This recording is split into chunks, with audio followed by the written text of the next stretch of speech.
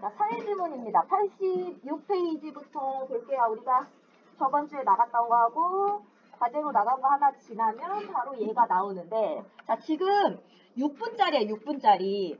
되게 쉬운 지문이란 뜻이죠. 지문도 짧고 어렵지가 않아요. 그래서 얘는 빨리 보고, 오늘 사회 파트에서 새로 들어가는 부분이 있어요.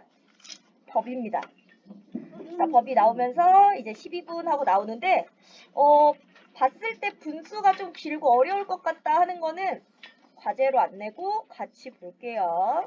자, 그러면 우리 86쪽 다 폈어요? 86 다 됐니? 자, 한번 봅시다.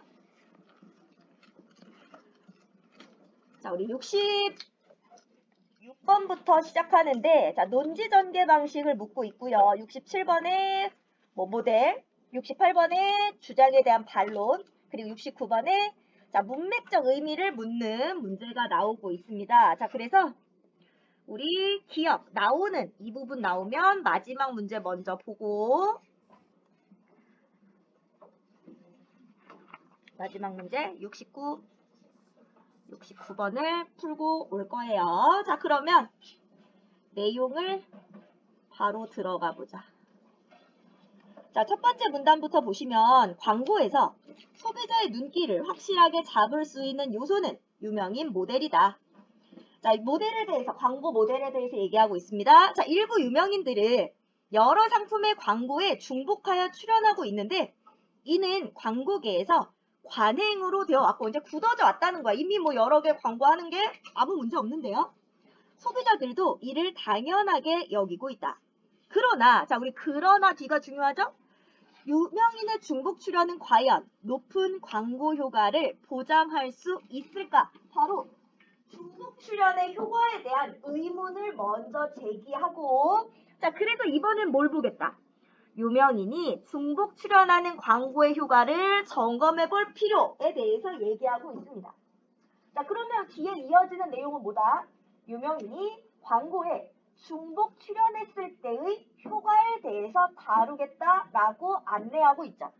자, 그럼 두 번째 문단 가시면 어떤 모델이든지 상품의 특성에 적합한 이미지를 갖는 인물이어야 광고 효과가 제대로 나타날 수 있다. 당연하죠? 예를 들어, 자, 예를 들고 있네. 자동차, 카메라, 공기청정기, 치약과 같은 상품의 경우에는 얘네들은 어때? 자체 성능이나 효능이 중요하니까. 자, 그럼 광고 모델보다는 어때? 이 제품이 쓸만하다. 이게 더 중요하잖아요. 그래서 어떤 모델? 전문성과 신뢰성을 갖춘 모델, 이런 사람을 쓰는 게 좋고, 이와 달리 상품이 주는 감성적인 느낌이 중요한 보석, 초콜릿, 여행 등과 같은 상품은 자, 어때요? 매력성이나 친근성을 갖춘 모델이 잘 어울립니다. 자, 예를 들어서 이해를 도와주고 있죠.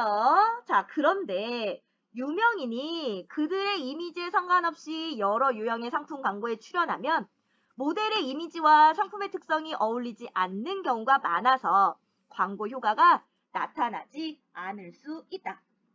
자, 그러니까 중복 출연했을 때, 자, 각각의 어울리는 모델을 써줘야 되는데 자기 이미지랑 상관없이 여러 군데 나오면 어때? 광고 효과가 잘 나오지 않습니다. 또 두 번째 부정적인 면, 유명인의 중복 출연이 소비자가 모델을 상품과 연결시켜 기억하기 어렵게 한다는 점도 광고 효과에 부정적 영향을 미친다. 자, 두 번째 부정적인 면, 바로 연결이 안 돼요.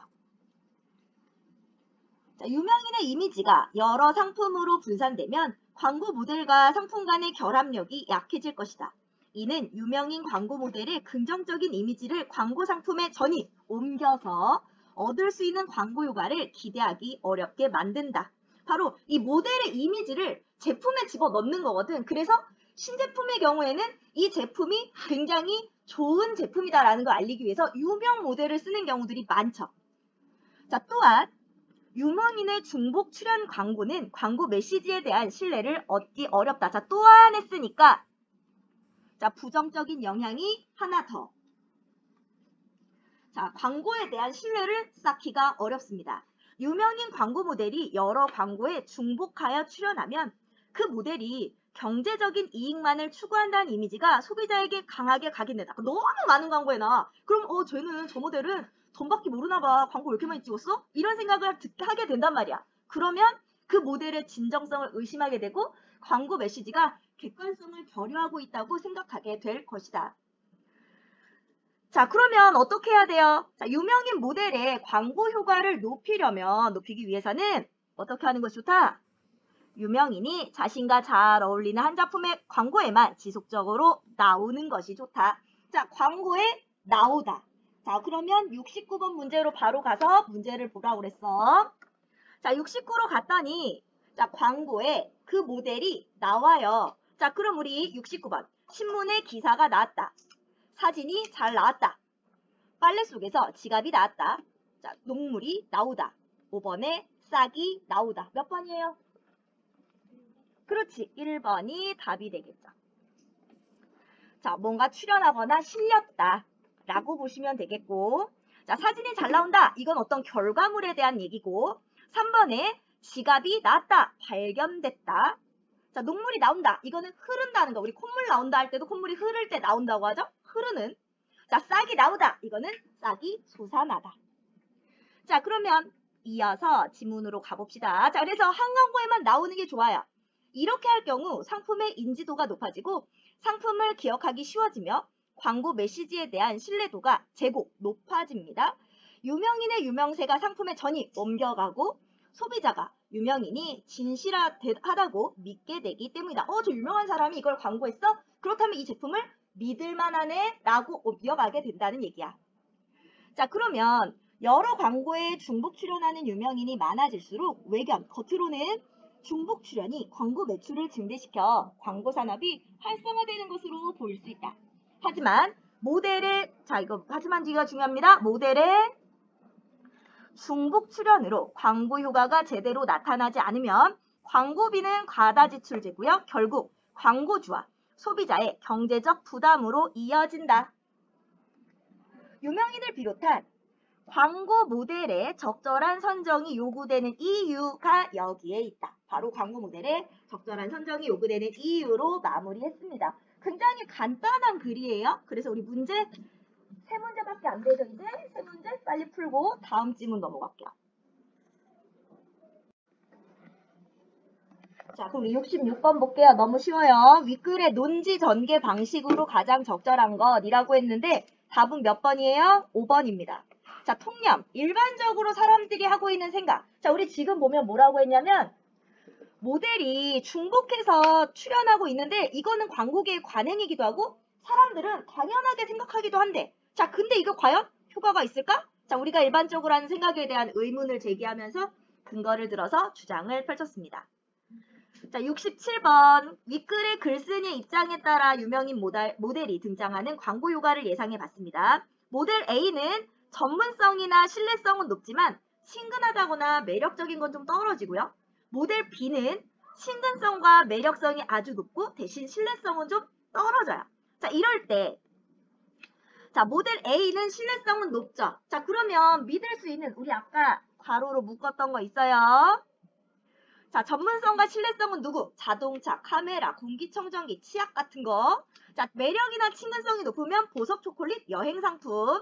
자, 그러면 모델 A는 카메라 광고에 등장하면 긍정적 효과 높여주겠네? 2번. 모델 A가 자동차, 보석 광고 등에 중복 등장할 때 자, 일단 중복 등장하면 기대했던 만큼 효과가 나타나지 않습니다. 3번. 모델 B가 치약 광고와 여행 광고에 등장할 때 두 광고 모두에서 긍정적인 효과가 기대할 수 있다. 자, 아까 중복 등장하면 자, 긍정적인 것이라기보다는 특히 자, 우리 치약은 뭐였어요? 자, 신뢰성이 있는 모델이 나오는 게 좋은데요. B는 신뢰성이 조금 떨어집니다. 그래서 B는요, 치약 광고보다는 여행 광고에 등장했을 때 효과가 더 좋다고 볼 수 있고요. 초콜릿 광고 당연히 B가 나오는 게 더 좋겠죠? 공기청정기는 누구? A가 더 효과가 좋겠습니다. 자, 넘어가면 68쪽. 윗글의 핵심 주장은 뭐예요? 모델을 중복 출연시키는 광고는 광고 효과가 떨어진다는 거였어요. 그런데 그럼 여기서 뭘 골라야 돼? 중복 출연해도 효과가 좋다. 이걸 골라주면 되는 거겠죠? 자, 그럼 답은 몇 번? 5번이죠. 자, 그럼 우리 다음 지문으로 가보겠습니다. 다음 지문은 우리는 법의 울타리 안에서 어떤 보호를 받을 수 있는가? 법과 관련된 지문들이 나오게 됩니다. 얘는 12분이라는 시간을 할애하고 있는데요. 지문이 어려워서라기보다는 문제가 6문제나 되기 때문에 문제가 많아서 시간을 많이 준 거다라고 생각하시면 됩니다. 자, 보면은 가나의 내용과 일치하는 거, 가나를 다 읽어야 풀 수 있는 문제들과 기업부터 디귿. 자, 기업부터 디귿은 우리 지문 맨 끝부분에 있기 때문에 이 부분에서 72번 보면 되고 73번에 가를 참고하여 가의 이유를 추론했다라고 했어요. 그래서 이 부분이 왔을 때, 이 부분 왔을 때 73번 풀 수 있고요. 자, 그리고 75번에 A와 바꿔쓰기 적절한 것이라고 했는데 A는 여기에 있습니다. 얘가 나오면 몇 번? 마지막 문제 75번을 풀 수 있어요. 자, 그러면 내용으로 가봅시다. 가, 나의 두 개의 글이에요. 자, 저작권법 제2조, 제1호에서 정의하고 있는 저작물이란, 자, 저작물은 뭐다? 인간의 사상 또는 감정을 표현한 창작물을 말한다. 저작권법으로 보호받는 저작물이 되려면 뭐가 있어야 돼? 창작성이 있어야 해요. 여기에서의 창작성이란 완전히 새로워야 한다거나 예술적 수준이 높아야 한다는 것이 아니라, 자, 그럼 어떻다? 남의 것을 단순히 베끼지 않고 최소한의 개성을 담아야 함을 의미한다. 우연히 기존의 저작물과 유사하더라도 베끼지 않고 독자적으로 창작한 것이라면 저작권의 보호를 받을 수 있다. 그러니까 비슷해도 내가 베낀 거 아니야. 그러면 보호받을 수 있다는 내용이 나오고 있습니다. 자, 그래서 먼저 저작권법에서 보호해주는 저작물이 무엇인지에 대해서 먼저 저작물의 개념을 설명해줬고, 저작권법상 원저작물을 번역, 편곡, 변형, 각색 등의 방법으로 작성한 창작물을 2차 저작물이라고 한다. 그러면 원래 처음 만들어진 저작물을 번역만 해도 2차야. 번역만 하거나 노래를 살짝 바꿔서 편곡했다. 아니면 살짝 변형했다. 각색은 뭐게? 소설 같은 거를 영화화하는 걸 각색했다고 하는 거예요. 자, 그럼 이렇게 했을 때, 자, 이렇게 만들었을 때 얘를 뭐라고 부른다? 2차적 저작물이라고 부릅니다. 이러한 2차적 저작물이 되려면 뭐가 있어야 돼? 원저작물을 기초로 하는 것을 요건으로 해요. 또한 원저작물과 실질적 유사성을 유지해야 돼. 비슷해야 돼. 자, 예를 들면 소설을 기초로 하는 영화가 2차적 저작물이 되려면 영화의 사건 구성과 전개, 등장인물 등의 교차 등이 소설과 실질적 유사성을 유지해야 한다. 그쵸? 우리가 이 원작을 새로 만들었대 라고 하면 비슷한 내용이 있어야 우리가 이걸 저기서 저렇게 각색됐구나 라고 보게 되겠죠. 자, 또 원저작물의 사회 통념상, 자, 그리고 닮아야 되는데 그냥 완전 새로면 안 되고, 어디야? 원저작물의 사회 통념상 새로운 저작물이다 라고 할 수 있을 정도의 수정, 증감을 가하여 새로운 창작성을 부각, 더해줘야 돼요. 또 예를 들자면 근대 소설을 말투가 다를 거 아니야? 이걸 현대 표기법에 맞도록 수정했어. 그러면 하나도 안 바뀌었지. 말투만 바꾼 거죠. 이렇게 되면 원저작물의 복제물에 가까우니까 2차적 저작물로 보기 어려워요. 왜? 새로운 창작성이 없어서. 반면 소설을 원저작물로 하여 이를 각색한 후 영화로 제작한다면 이 영화는 스토리는 같지만 표현 방법이 완전히 달라지고요. 감독의 생각, 창작성이 들어가죠. 그래서 이건 2차적 저작물로 봅니다. 바로 2차적 저작물로 볼 수 있는 것과 없는 것, 요건이 나오고 있어요. 만약 원저작물을 떠올릴 수 없을 정도로 완전히 바꿔서 실질적 유사성이 인정되지 않는다면 그럼 어떻다? 이것은 2차적 저작물이 아니라 원저작물과는 다른 독립저작물로 인정받을 수 있다. 그래서 자, 원저작물이 생각이 안 나. 그러면 독립저작물로 인정받을 수 있습니다. 자, 2차적 저작물과 독립 저작물을 구별하는 기준으로는 원 저작물과 시장적 경쟁 관계에 있는지 여부가 있다. 시장적 경쟁 관계에 있다는 것은 어떤 저작물을 구매할 때 원 저작물의 수요가 줄어드는 것이다. 이는 구매한 저작물이 원 저작물을 대체한다는 것이다. 그래서 말하자면 일반적으로 2차적 저작물은 원 저작물과 시장적 경쟁 관계에 있다고 보지만 독립 저작물은 원 저작물과 시장적 경쟁 관계에 있다고 보지 않는다. 무슨 말이냐? 자, 여기에서 약간의 변형을 줘서 2차를 만들면 내용이 유사하니까 2차적 저작물을 볼 경우 원저작물을 안 보기도 해요. 대신 이걸 봐. 근데 독립은 내용이 완전히 달라. 그러니까 내가 이걸 본다고 이걸 안 본다? 말이 안 되는 거야. 무슨 말인지 알겠죠? 자, 요렇게 독립 저작물과 2차적 저작물이 어떻게 구별되는지를 보여줬습니다. 자, 그럼 나글을 한번 가보면 저작권이란 또 저작권의 뜻이 나오고 있는데요. 저작권이란 저작자가 자신이 창작한 저작물에 대해 갖는 권리이다. 저작권은 여러 가지 권리의 총집합으로 저작 인격권과 저작 재산권으로 나눌 수 있다. 자, 저작권을 두 개로 나눠줬어요. 자, 이거 나눈다. 75번 문제로 가라고 그랬어요. 75번 한번 봅니다. 문맥상 A로 바꿔쓰기에 가장 적절한 거. 자, 보자마자 답이 나오죠. 자, 몇 번?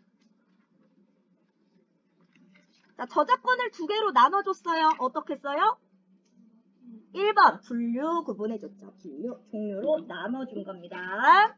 자, 바로 1번이라고 답이 나왔고요. 다시 본문 가시면 자, 그럼 그 중에 저작 인격권은 저작자가 자신의 저작물에 대하여 가지는 인격적 권리로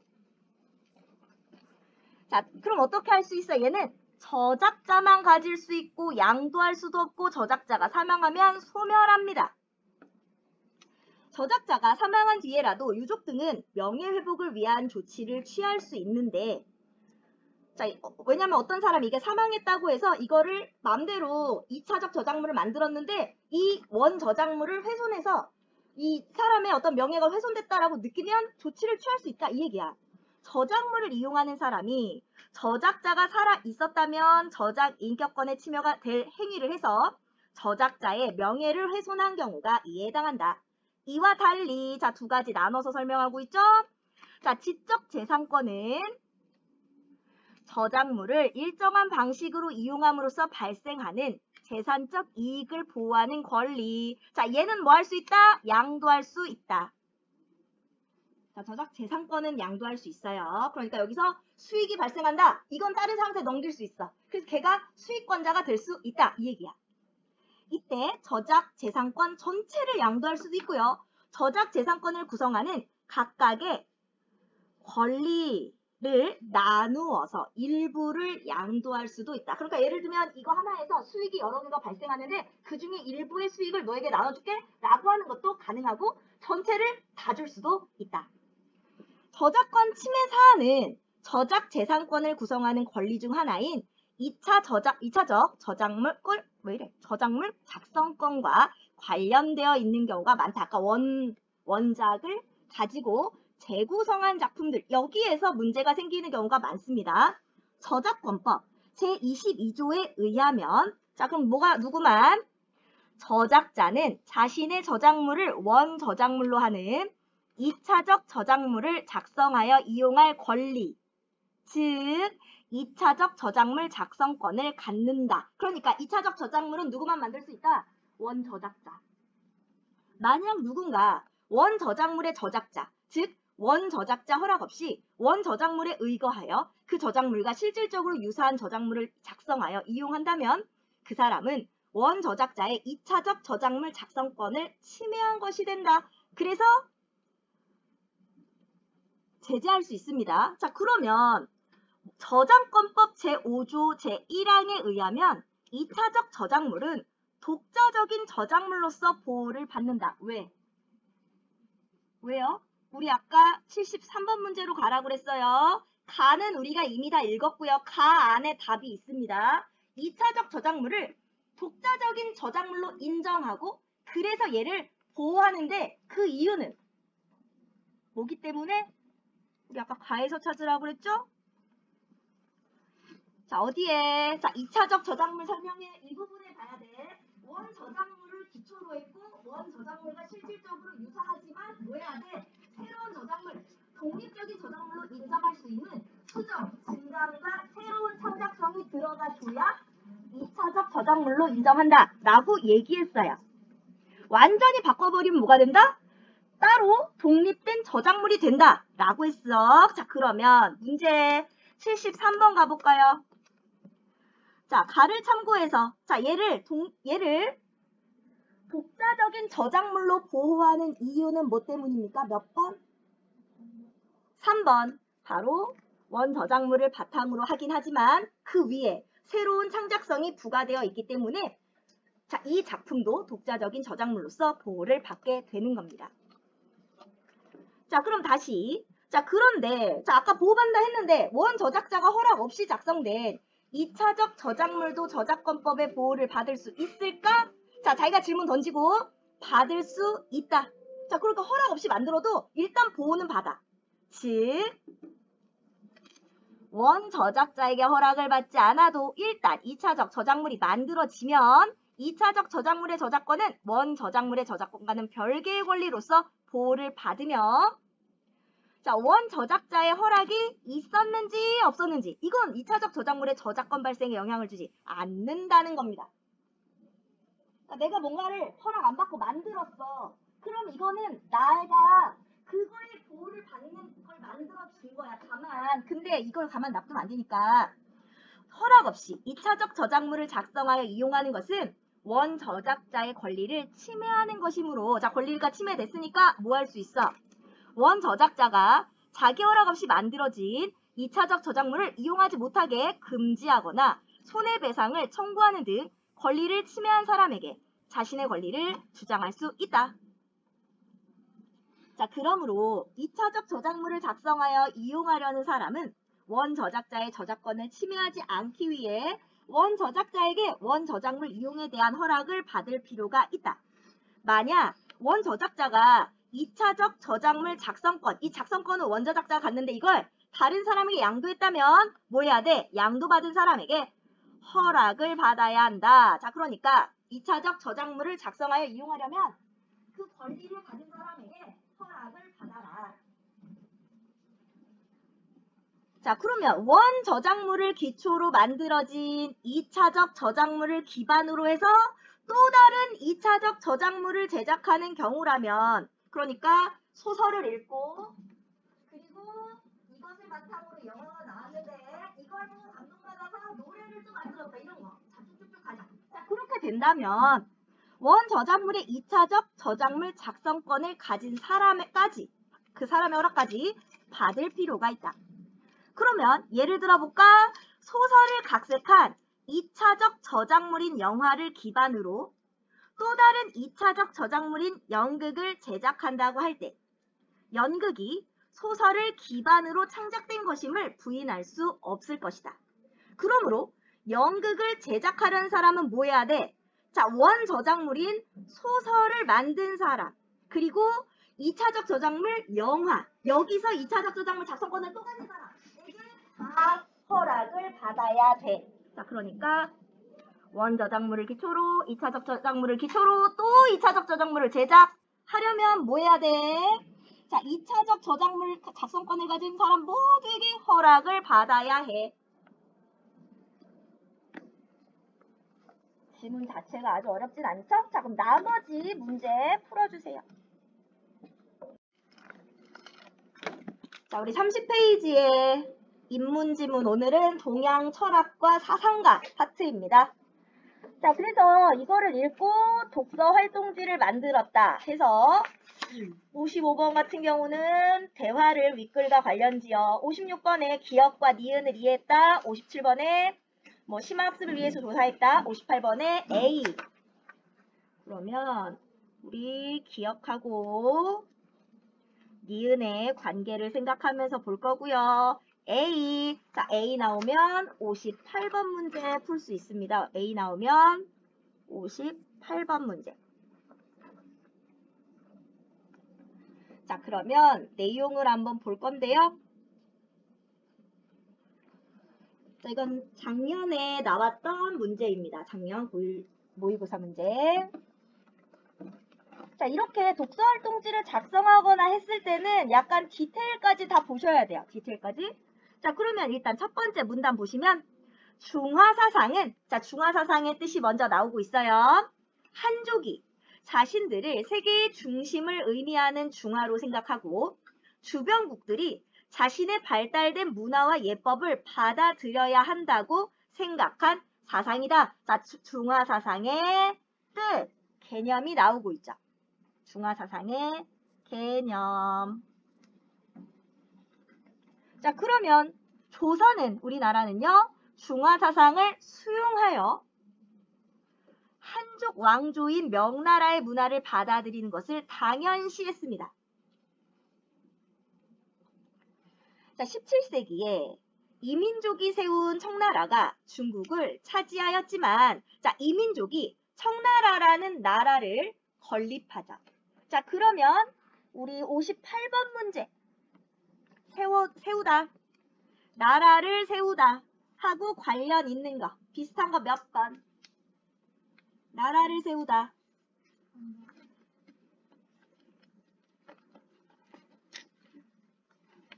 나라를 세우다. 1번. 뭔가 설립하다, 건립하다, 이런 세우다를 의미합니다. 기강을 바로 세우다, 바로 잡는다. 집을 지을 방안을 세우다, 계획을 짜는 거. 자, 짜는 거예요. 줄기를 쫑긋 세우고, 자, 이거는 진짜로 위로 올라가게. 도끼날을 세워야, 날을 세우는 건 날카롭게 하다라는 뜻입니다. 자, 그럼 다시 본문으로 와서. 자, 그래서 이민족이 세운 청나라가 중국 땅을 차지하였지만 조선은 청나라를 중화라고 생각하지 않고 명나라의 부활을 고대하였다. 자, 그럼 조선은 어땠다? 청나라를 중화라고, 조선은 청나라를 중화라고 생각하지 않았다는 거. 당시 송시열은 오랑캐는 중국을 차지할 수 없고 금수, 짐승은 인류와 함부유가 될 수 없다라고 하였는데, 이는 청나라를 공격하자는 북벌론과 청나라를 배척하자는 척화론으로 이어졌다. 자, 송시열의 말은 무엇으로 연결된다? 바로 청나라를 공격하자는 북벌론, 배척하자는 척화론으로 이어지게 만들었어요. 자, 17세기 청이 세워지고 18세기 시간이 흐릅니다. 청나라가 정치적 안정을 이루고 조선이 북벌을 통해, 그러니까 청나라를 정복하고 그래서 명나라를 다시 세우는, 회복하려고 했는데 그게 어렵게 되자, 자, 그럼 사람들은 어땠어? 조선의 유학자들 사이에는 조선이 중화의 계승자라는 인식이 보편화되었다. 그러니까 명나라는 사라졌고 이제 조선이 그 중화 사상을 이어서 우리가 중화의 계승자다. 이때 청나라가 가진 발달된 문물을 도입하자는 북학파가 등장하였다. 자, 북학파. 북쪽의 학문, 바로 청나라의 학문을 배우자라는 게 북학파죠. 그중 홍대용, 자, 이번에 홍대용입니다. 자, 홍대용은 누구? 북학파의 한 명, 그중이라고 했죠. 청나라의 발달된 문물은 오랑캐인 청나라가 만든 것이 아니라 청나라가 중국 땅을 차지하며 가지게 된 한족의 문물로 보았다. 그러니까 청나라는 청나라고 문물은 명나라 거야 라고 생각한 거야. 자, 이런 생각은 뭐라고? 청나라와 청나라의 문물을 구별한 것. 어디에 시록되어 있다? 바로 그가 저술한 을병연행록에서도 발견됩니다. 자, 청나라와 청나라의 문물을 구별했다는 건 청나라의 문물이 발달해 있지만 이건 청나라 거가 아니고 명나라에 남아있던 문물이 청나라가 가져간 거. 자, 그러면 이걸 봤을 때 뭘 할 수 있다? 이때까지도 그는 조선이 중화의 계승자라는 인식과 중화사상에서 벗어나지 못했음을 보여줘요. 하지만 청나라 여행을 계기로, 자, 이런 홍대용도 청나라 여행을 계기로 그곳에서 만난 학자들과 교류를 이어가며 선진 문물과 새로운 학문을 탐구한 결과, 자, 뭘 가져왔다? 사상적 전환, 생각이 바뀌어요. 이를 바탕으로 뭐 했다? 의산문답을 저술합니다. 자, 아까 생각 바꾸기 전에 만든 건 을병연행록, 생각이 바뀌고 나서 만든 게 의산문답. 자, 홍대용의 사상적 전환을 잘 보여주는 것이 의산문답에 실려있는 지구설과 무한우주설이다. 자, 사상적 전환을 보여주는 게 뭐다? 지구설, 무한우주설. 그러니까 이 사람은 중화사상에서 다른 걸로 생각이 바뀝니다. 그걸 보여주는 게 지구설이야. 그는 하늘이 둥글고 땅이 모나다는 전통적인 천지관을 비판하고, 그럼 뭐 했어? 땅이 둥글다 라는 지구설을 주장해요. 땅 지자에 둥글다 구죠. 그 근거로 일식과 월식을 이야기하였다. 일식과 월식이 둥글게 나타나는 것은 달과 우리가 사는 땅이 둥글기 때문이라는 것이다. 우리가 사는 땅은 둥글기 때문에, 자, 이 지구설로 인해서 연결되는 거. 자, 땅이 둥글기 때문에 어떻다? 자, 상하나 동서남북은 정해져 있지 않고 개개인이 서 있는 곳이 각각 기준이 될 수 있다고 주장하였다. 또한 그는 하늘은 무한하여 형체를 알 수 없고 지구와 같은 땅이 몇 가나 되는지 알 수 없다는 무한우주설을 주장했다.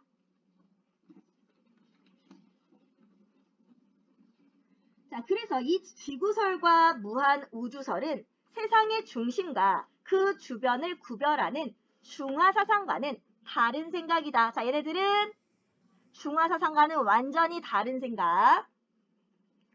홍대용은 하늘에서 우리가 사는 세상을 본다면 이 땅이 무한한 우주에 비해 티끌만큼도 안 되며 안과 밖을 구별하거나 중심과 주변을 나눌 수 없다고 보았다. 따라서 자, 생각이 바뀌었죠? 중국의 안과 밖을 구별할 수 없고 중화와 오랑캐라는 구별도 상대적이라고 생각했다. 이에 따라 중화와 오랑캐로 여겼던 자, 국가가 모두 동등합니다. 자, 사람들이 각자 제 나라와 제 문화를 기준으로 살아가는 것이 당연하다고 생각하게 돼요. 이 두 가지로 인해서 이러한 그의 생각은 모든 사람들이 중심이 될 수 있고 존재 가치가 있다는 생각으로 이어져요. 그러면 나라도 각각의 자기 나라가 중심이야. 중국이 중심이 아니야. 그리고 사람도 마찬가지야. 자, 바로 모든 사람이 중심이 될 수 있고 존재 가치가 있다라는 걸로 이어지죠. 이를 바탕으로 그는 당시 유교적 명분을 내세우며 특권을 누리려 했던 자, 양반을 비판하고 또한 재주와 학식이 있는 자는 신분이 낮은 농부의 자식이라도 높은 관직에 오를 수 있어야 한다고 주장해요. 왜? 사람 다 똑같으니까. 자, 그래서 어떤 국가와 문화, 사람도 각자 중심이 될 수 있고 존재 가치가 있다고 생각한 홍대용의 사상은 자, 지금까지 했던 내용을 요약하고 그리고 의를 밝힙니다. 어떤 의가 있다? 평등주의와 다원주의를 우리 역사에서 선구적으로 보여주었다는 점에서 의가 있다. 자, 의를 밝히면서 마무리해 줬습니다. 자, 그러면 문제를 풀어봅시다. 58번까지.